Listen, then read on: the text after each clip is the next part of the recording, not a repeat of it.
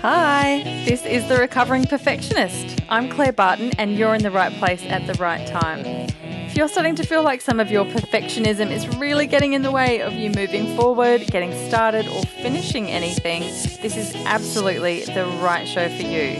This is rehab for your perfectionism, baby, so grab yourself a glass of wine or a cuppa and let's get stuck into it.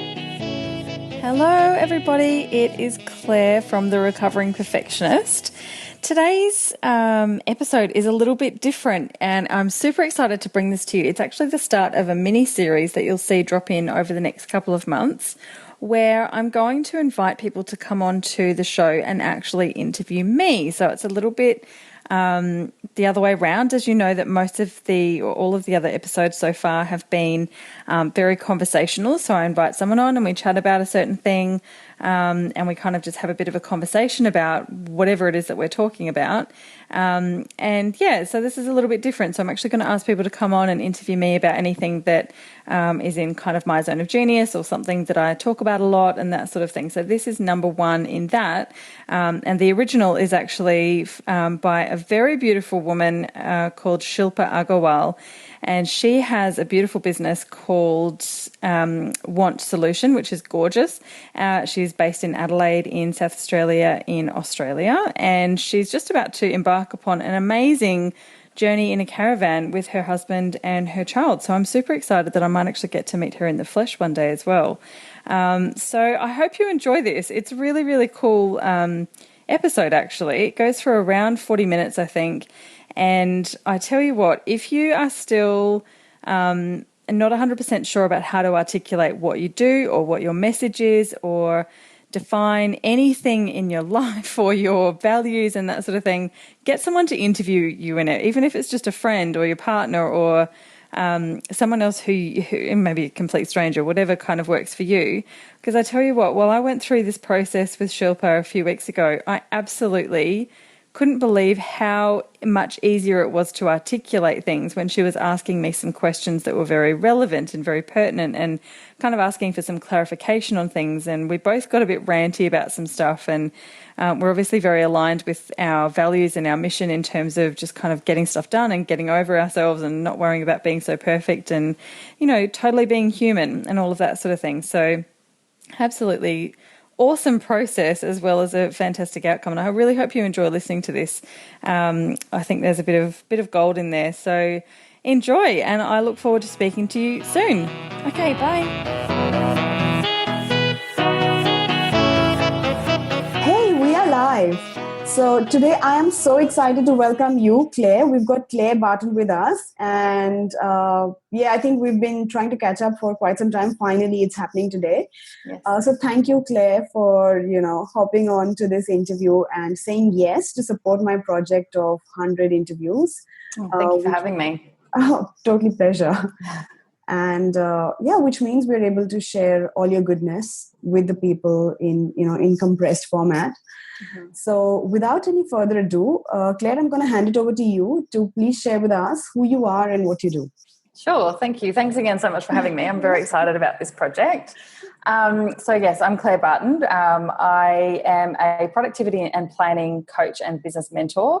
I'm a podcaster. So my new podcast, The Recovering Perfectionist, launched in December 2016. So that's definitely a massive part of my message and of my brand is The Recovering Perfectionist. So around the podcast, I'll be doing some workshops this year. And I released a 2017 weekly organizer, a planner at the end of last year as well. So, I guess everything that I do is kind of through those two filters around planning and productivity, but also getting over all your perfectionism so you can actually be productive and efficient and effective and that sort of thing. So, yeah. Yeah, thank you so much. Yeah, that's really, really crisp. And I think it's really on point, and it tells me you're so clear of what you want. You're so clear of your message. And I love hanging around in your group. So thanks for holding this. Lovely having you there. Yeah. So what's coming to my mind is, Claire, where did all of this begin? Because, of course, you were not always the recovering perfectionist. Correct. I was just the perfectionist. Perfectionist. Yeah. Yeah, really good question, actually. So I guess all of this kind of started forming for me probably before probably around the time that I was having children. So I have an almost 4-year-old and a 2-year-old now. And especially in the early days of probably the first 6 months or so of having my first child, I had some postnatal depression and I had a real thing around guilt. And it was like I would be sitting on the couch and I felt guilty because I could see the dust on top of the TV cabinet for 4 weeks straight. And I felt like, how come I can't even just go and dust that thing? Why is it taking me 4 weeks? Why haven't I? And it really kind of got to me. And then after, I don't know, a little while when the dust when you said that, by the way. Yeah. It's just those stupid little things that before kids, I was one of those totally ignorant people who said, children aren't going to change my life. They can work into my life. I'm not changing anything. They'll come with me wherever I want to go. They're going to fit in. They're going to sleep when I tell them. They're going to eat when I tell them. And, that was my totally ignorant perspective on it, right? I was the perfect mother before I had children. Yeah. And then I guess he came along and completely, as you know, children just totally unravel your entire life in so many ways. And I guess when the dust settled, perfect analogy in terms of dust on my TV cabinet, that I was like, what the hell am I doing? Like, who cares if there's a bit of dust? No one else cares except for me. No one else cares that there's washing that needs to be done that's piling up. No one else cares that I'm, covered in baby vomit and I haven't washed my hair in 2 weeks. Like, no one else cares. It's just my shit that I'm worried about. And I spent so much time, I literally just said, I said to someone, I just feel guilty about everything. I just, like, if I spend my whole day with my baby, I feel guilty that I'm not doing other things. I'm not seeing friends. I'm not cleaning the house, all that sort of thing. But if I spend time cleaning the house, I feel guilty that I'm not spending time with my baby. And it was just this merry-go-round of guilt, and it was ridiculous. And I literally said to someone, I just feel guilty about everything. I feel like I can't do anything right. Yeah. And thank God I got over that somehow. I went back to work after about 6 or 7 months just for 1 day a week, and I was like, oh, this is exactly what I needed. I needed a bit of a fix of that kind of adult interaction and those, making of more important, well, not important decisions, but big decisions in a team that was bigger than me, sort of thing. Yeah. So I guess that's probably where the seed was kind of created. And at the same time, I was kind of, becoming a bit more aware of the online business world. And then I had my second child, and I decided my husband was doing FIFO, so he was only here for 1 week a month. And I, practicality-wise, it was just not going to happen with me having 2 babies and going back to work full-time or even part-time. So I decided to make that kind of thing work. And at the same time, I guess when I was kind of meeting people and hearing stories and all of that sort of thing and starting my business, I was accidentally starting it like a corporate business, because that's what I knew. I've worked in, management firms. I've worked in high-level retail businesses and that sort of thing. And I was trying to do everything right. I was trying to set up the 500-page policy and procedure manual, and I was trying to have an HR system and team, and I was trying to, do all the marketing, and I was trying to do so much. And when I started working with clients, I also now call myself a recovering yes girl, which is still a bit of a bugbear for me. So, I've always been one of those people that someone will say, oh, can you do such and such? And I'll be like, yes. Yes, I can. And then I'll scurry away and go, shit, how am I going to do that thing? And then I'll spend too much time working out how to do a thing. I'll still end up doing it, but I'm stressed and end up not charging for it because I feel like, I should have known how to do it, or I should have done it faster. And then I'm like, this last year especially, which was my first year in business properly, was just a massive wake-up call that you just can't do it all. And I also see so many people, my clients, my friends, my family, who have all these amazing ideas or these amazing projects in mind or these amazing changes they want to make, but they either don't get started or they start but they never, ever, ever finish. Like, no matter how much effort and time and money and whatever they put into it, it never get finished because they're striving for this perfection. They're striving for finished, right? And finished Like I do a thing with my clients. Say, okay, let's talk about this project. What does it look like? What's 100%? Like if you could say it's finished, let's put a box in it. It's done. Write down what's 100%. And then let's write down another thing. What's 150%? So what would be all the extra add-ons if time and money was no issue? What are all the extra things that you could be doing? That's 150%. And then what's some extra things on top of that? And, you know, that's your 200% or whatever. And it's really funny because then they've got 100% and they have no excuses for, oh, I'll just do this, I'll just do this, I'll just do this, I'll just do this extra bit, right? Yeah. You can actually finish something if you so you actually, you're helping them identify where they are acting as the perfectionist, because anything that fits in the 150 bucket or the 200% bucket is them being the perfectionist. But really, all they need is 100%. I heard something probably about a year ago as well, when everything started to kind of shift a bit for me, that they said something like, your 60% is someone else's 160%. I'm like, oh, that's so true. And it's not everything. Like I would say things that I was doing to my standard of 60% might have been someone else's 160%. Yeah, but it's vice versa as well. Like if you're working in your zone of genius, you only have to do 100%. You don't have to do all the other stuff. It's, you know, people talk about this balance and blend, and it's all semantics. Like whatever balance looks like to you, whether it's it's not a finished product. You're never going to go, okay, I'm balanced. That's it. I'm never striving for balance anymore. It's like the weights, those old weights every day. It's a dynamic thing. And what feels balanced today will feel different to what balance feels like tomorrow. And that's totally cool. Sometimes you want to put more energy into work. Sometimes it's more family. Sometimes it's more your personal stuff. Like you don't need to have a set level for everything. It's okay that it changes all the time. I just love what you're bringing, right? I mean, it's amazing. I'm just visualizing. I'm highly visual. So balance is really never balance. It's always shifting. It's so good. Like, I'm excited by hearing that. Yeah, totally. Right. Like, I think back in, 10 years ago, around that time, there was this whole big thing about work-life balance. So we all heard it, but it didn't really mean anything, right? It was all like, we've got to have work-life balance. So you need to leave here at 5:30 and not come back until 8 a.m. tomorrow. And make sure you take your half-hour lunch break, and don't you be taking work home with you, and make sure you take your holidays, and blah, blah, blah, blah, blah. Yeah. And there was like a very prescriptive definition of what balance looked like. Yep.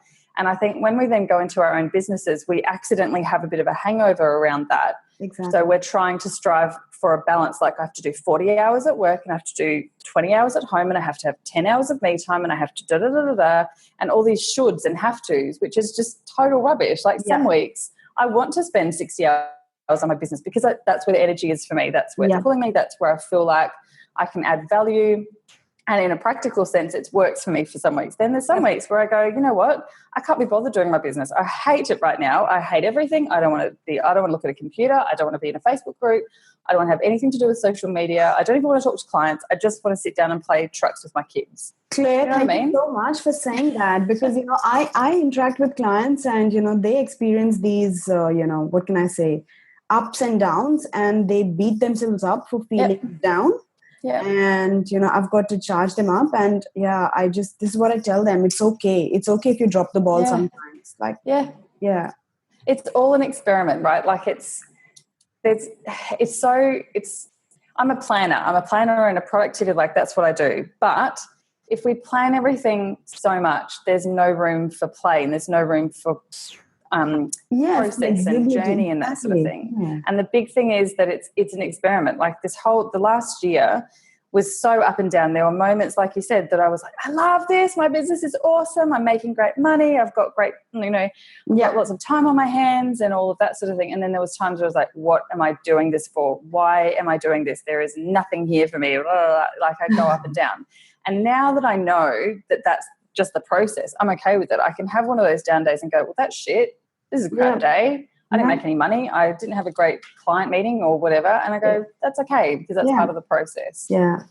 It doesn't really matter. At the end of the day, whatever happens, it doesn't really matter. You've got to allow yourself to go through, enough number of ups and downs to be able to, to familiarize yourself with the pattern. Like it took you some time. It took you enough number of downs to realize that these downs are never going to stop. So they're going to keep coming.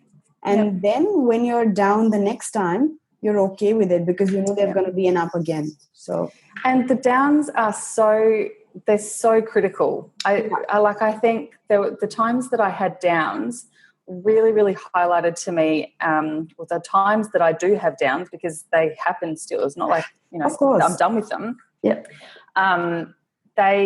They highlight to you where your energy has maybe been pulled in the wrong direction. You've got distracted or derailed, or you've followed something and tried it out and it hasn't quite worked. So you know that that's not on the cards anymore. So there's, like I was saying before, with being the yes girl. So there were some things where I was working with clients and they're like, can you do this? Can you do this? And I was like, well, yeah, I guess I can. So I did it and I didn't enjoy the task, or I didn't enjoy the process, or it was boring, or I didn't like the interactions, or that sort of thing. And I got a bit like, oh, that was crap, or I didn't do a very good job, or I feel like I've messed that up, or, all those sorts of things. But if I hadn't tried it, I wouldn't know that that wasn't going to be in my future. Yeah. Do you know what I mean? So there was lots of things that I did last year that I was like, yeah, I'll do that. And then I've gone, it's actually not what I want to do. Yeah. But I didn't know it wasn't what I wanted to do until I did it. Yeah. And now it's okay to say, I tried it. I didn't like it. I'm not doing it anymore. But I know someone really good who can do that for you. Yeah. Do you know what I mean? Yeah, totally cool. Yeah. Yeah. So I think, it's the say yes and figure out how, like you say yes and then you figure out how, and then you figure out no more. Yes. Yeah, exactly. Yeah. Cool. And I mean, it's a skill and a gift kind of thing. Like, I'm happy to learn more new skills, and I've learnt so many new skills in the last 12 months, and some of them align to my gifts and some of them don't, and some of them I enjoy and some of them I don't. And, that's all totally fine. But I guess it gets to the point where it's like, is this actually moving me towards my goals? Is this actually, something that I enjoy doing? And sometimes it's something as boring as bookkeeping stuff that I actually really enjoy doing. It's not aligned to my gifts. I'm definitely not mathematical, but I actually really enjoy doing my bookkeeping on my Wave app thing. To a point. And then I go, I'm done with this. I'm going to give it to my bookkeeper now. And that's okay too, because I've been immersed in it. And then there's things like doing some design. I know, but I absolutely love playing around in things like Canva, and I've gotten quite good at it, and I've built my skills in it, and I've do some of that sort of thing for clients. It's not on my website because I'm not a designer, but there's an element of that, and I work it in because I really like doing that sort of thing, and it's a bit of a creative outlet or whatever. Yeah. So, yeah. Yeah, pretty cool. So I've been taking some cool notes, and I've got some key points that you brought up, in your story. The number one thing is guilt. So, of course not, I'm sure guilt hasn't stopped showing up in your life, right? I mean, right. Yeah. So the next time I face guilt, or anyone else, is talking with guilt, what could we tell guilt? What was the question? Sorry. What could we tell guilt? How could we interact? Yeah. Look, it's such a hard one, and I'm doing some, I'm going to call it research because it sounds a bit clever, but I'm really just listening to audiobooks by Brene Brown and that sort of thing. Oh, I love her. And I guess the whole thing with guilt is around, where is it coming from? Like, is it an internal guilt, or is it something that you're feeling external? Like, are there people who are saying things or behaving in a certain way that is, casting some doubts within yourself? And I'm all about personal responsibility as well, right? So I hate this whole thing that you make me feel guilty. I think that's kind of rubbish. Yeah. Like, some people do things, it's proven, and how you respond is exactly. Anyway. But I think a lot of the time, especially with mums and especially with women, is that when we feel guilt, it's because, gosh, I hope I'm not speaking out of turn here, but I kind of feel like there's a gap in between how we imagined we were going to do a thing, perform with a thing, seem, how people were going to see us, and what we feel we're actually delivering. And if you check in with, so there's two things, I guess. If you check in with what the actual gap is, and is it actually a gap, or have we just extended the expectation to make the gap bigger, to make it kind of harder for ourselves as an avoidance thing, or is it something that actually matters? So I'm also reading or listening to The Life-Changing Magic of Not Giving a, which you may have heard of, which is kind of awesome. It's really awesome. It's a really, really great. The Life-Changing Magic of Not Giving a. Yes. Yeah. And it's just really interesting. So she kind of talks about, making a list of all the things that you do give up about, and then stock taking it and working out, like, why do you care about that thing? Why are you giving it so much energy and effort? Why, like, does it annoy you, or is it just, there because it's out of habit? So there's so many things that we do care about because we've habitually cared about it. But when we actually stop and think, we actually don't care about it. So stop caring about it. Like, just, you've got a budget. So she talks about, like, you've got a F budget. So there's only a limited amount of Fs that you can give. That's exactly right. Like, you've got to be selective. You've got to be selective. It's a book. Yeah, I'm listening to the audio book, but it is a book as well. Yeah.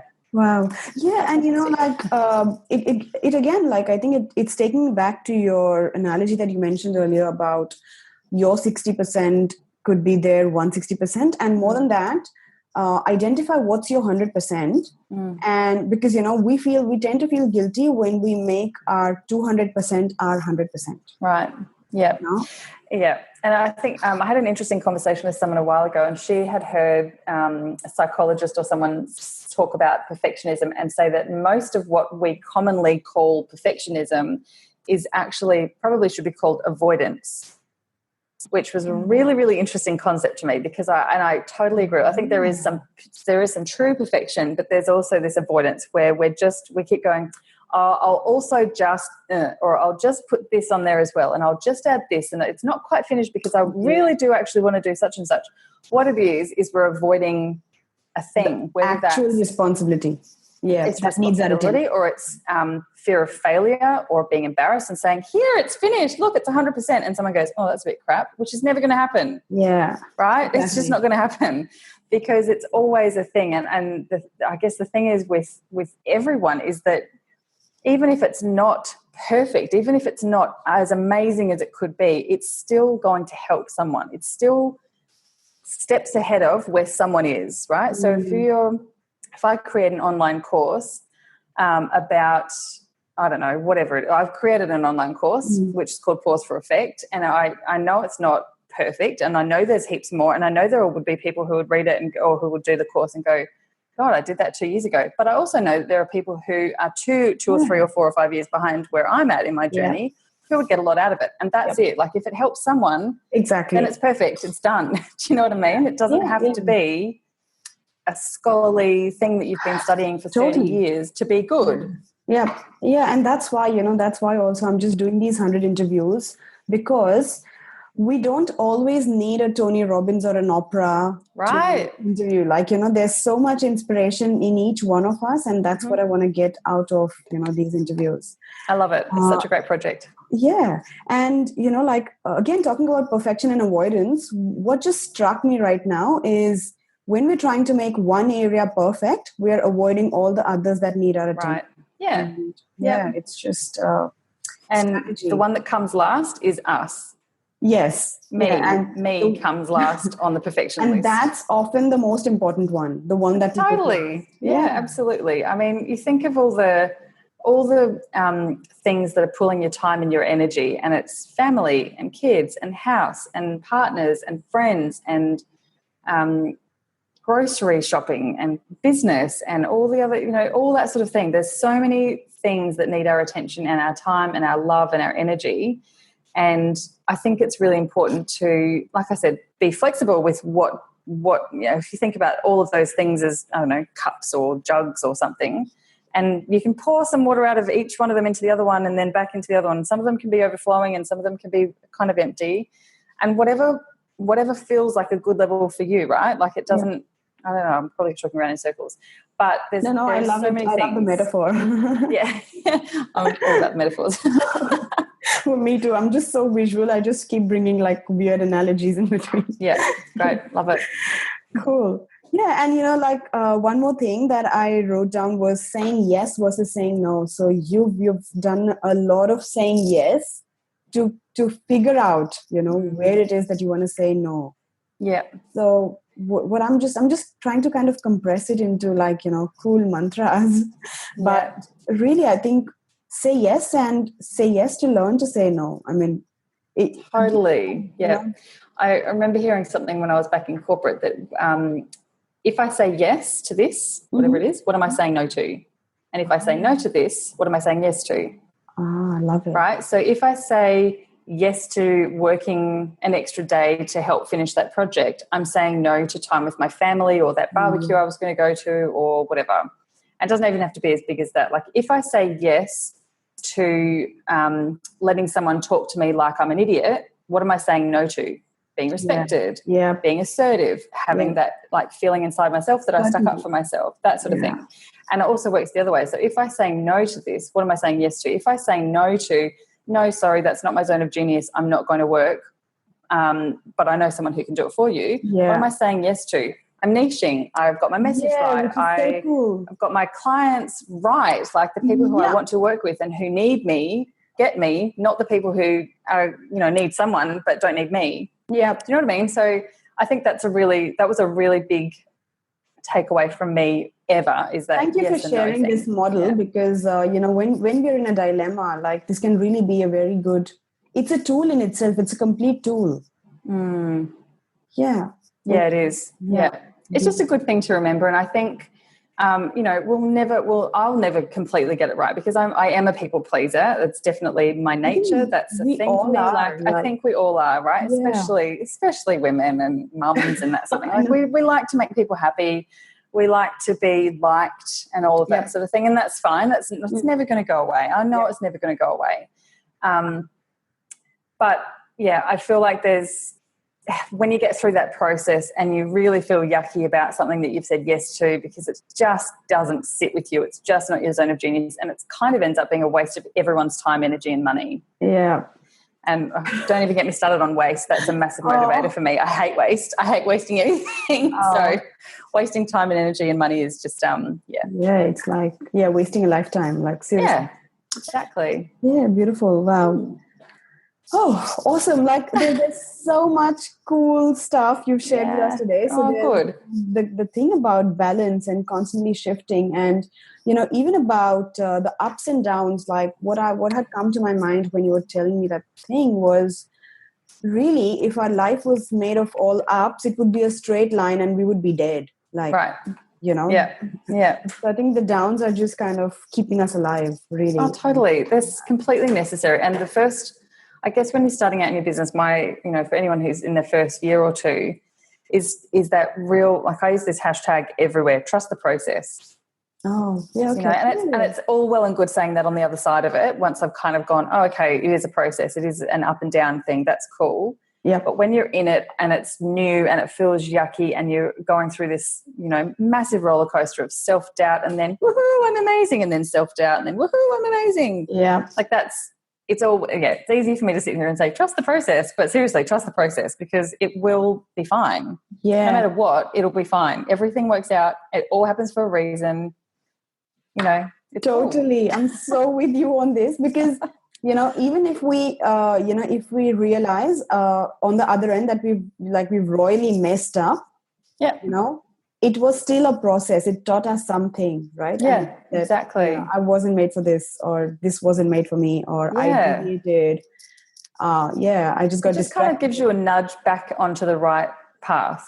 Yeah. And I think the other thing about being perfectionist is that we often take on lots and lots. Like we just accumulate jobs. We accumulate stuff to do, right? Yeah. Which means our energy and our mind and our whole atmosphere is full, which means there's no room for new opportunities and new ideas and new creativities and that sort of thing. Yeah. And as soon as you start saying no to some things and you've actually got some space, things come in, and whether it's reconnecting to something, like, for example, I started out years ago doing a blog when I was, I think it was just before my 30th, I started doing a blog. Okay. And I was like, I'm going to be a blogger. It's going to be my future. And then I kind of totally forgot about it for several years.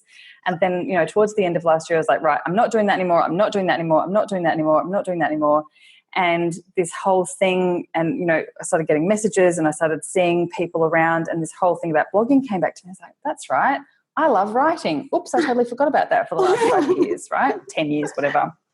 And So now that I've made that space, all of the stuff is coming back to me, or the new stuff is coming to me. We've gone, yeah, that energetically I'm following that because it feels good. It feels right. It feels like something I'm interested in at the moment. That's cool. It's all right. It's all Postman right. goes by. Hashtag recovering perfectionist. I know. Trust the process. Yeah, trust the process. Exactly. Hey, George. Wow. Yeah, there was something cool which I just what were you talking about just before? What was I talking about? Yeah. I just love this is happening because we are the recovering perfectionists. Trust the process, totally.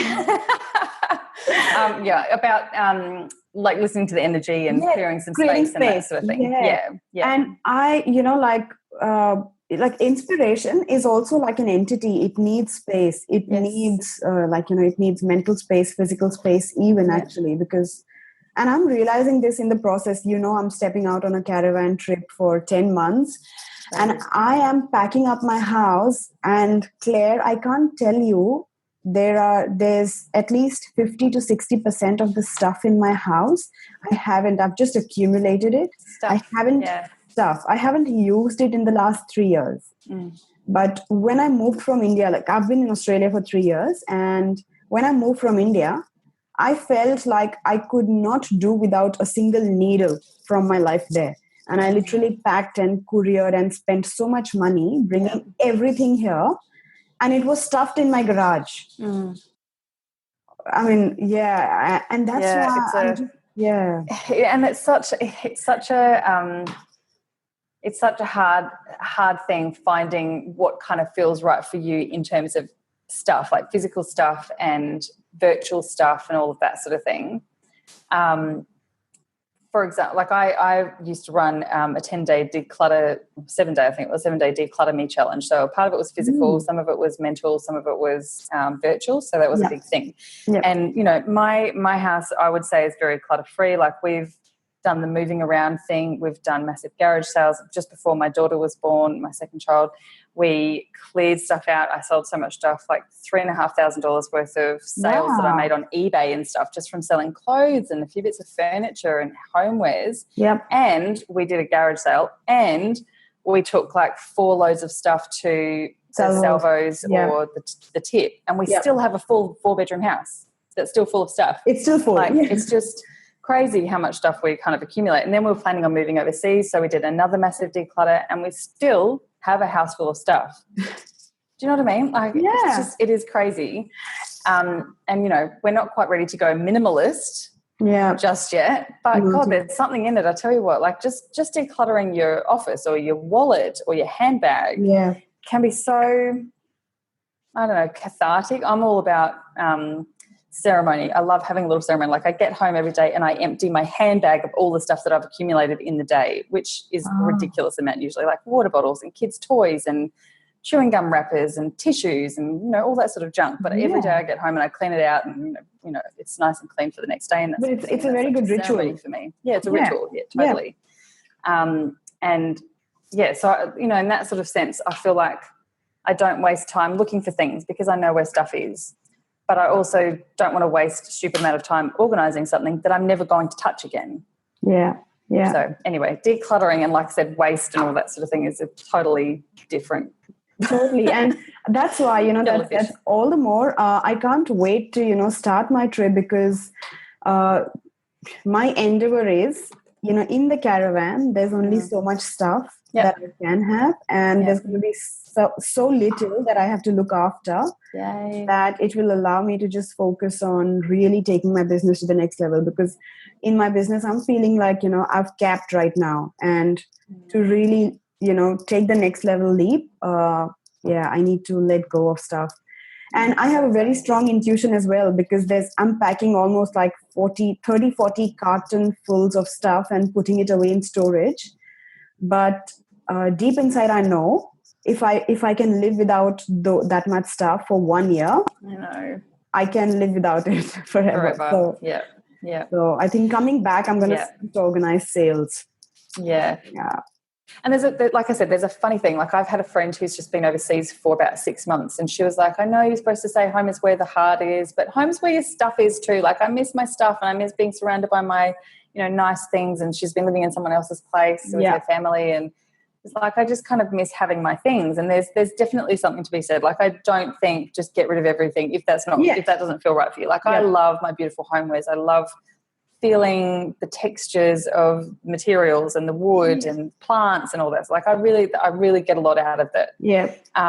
But also, like I said, then I've also got boxes of stuff in the garage that are like sentimental things, like letters I was sending my girlfriends when I was 13 years old, or some, I don't know, stubby cooler from my first big day out or something ridiculous. Like there's boxes of that stuff too, because I do like going through it once every 5 years and just having a bit of a trip down memory lane. Yeah. But we were the same. Like we went to Bali for 3 weeks over Christmas, and we literally had our 2 bags with our 2 kids and, a couple of bits and pieces and nothing else. And we were staying in very, very simple accommodation that most of them didn't even have, a full kitchen. Like we were using spoons instead of forks, or forks instead of spoons, or whatever it was, and it was fine. Yeah. And we were going, like, we've got 2 bedrooms and a small living area and a couple of bags. Why are we always striving for the 6-bedroom house and the, all that sort of, it's just like, I need it. Yeah. But and then we come home and then we're like, oh, actually we do need a bit more space, and I definitely do need that new cushion for the couch. And, it's just, I don't know. No, yeah. I don't have the answer. It is what it is. Yeah, but I think you've got the hashtag trust the process. Trust the process. Yeah, that's and it. I think, going through this and that and both extremities and feeling like I need both of them. So I need it simplistic, but I need it, stylish as well. Yeah. It's all part of the process called life. Right. And it's the energy at the time. I guess my big thing probably at the moment is that whatever you decide today, it doesn't have to be the same tomorrow. Yeah. If you go today, you know what, I want to get rid of everything. And then tomorrow you go, actually, I'm going to bring that back inside, and that's not going in the garage sale pile. I actually really do like that. That's okay. Yeah. Like you don't have to make a rule and it's forever. Nothing is forever, right? Death and taxes, but nothing else is forever. Yeah. Be kind. Be easy and be gentle on yourself. What I'm hearing. Yeah. Yep. Yeah. Beautiful.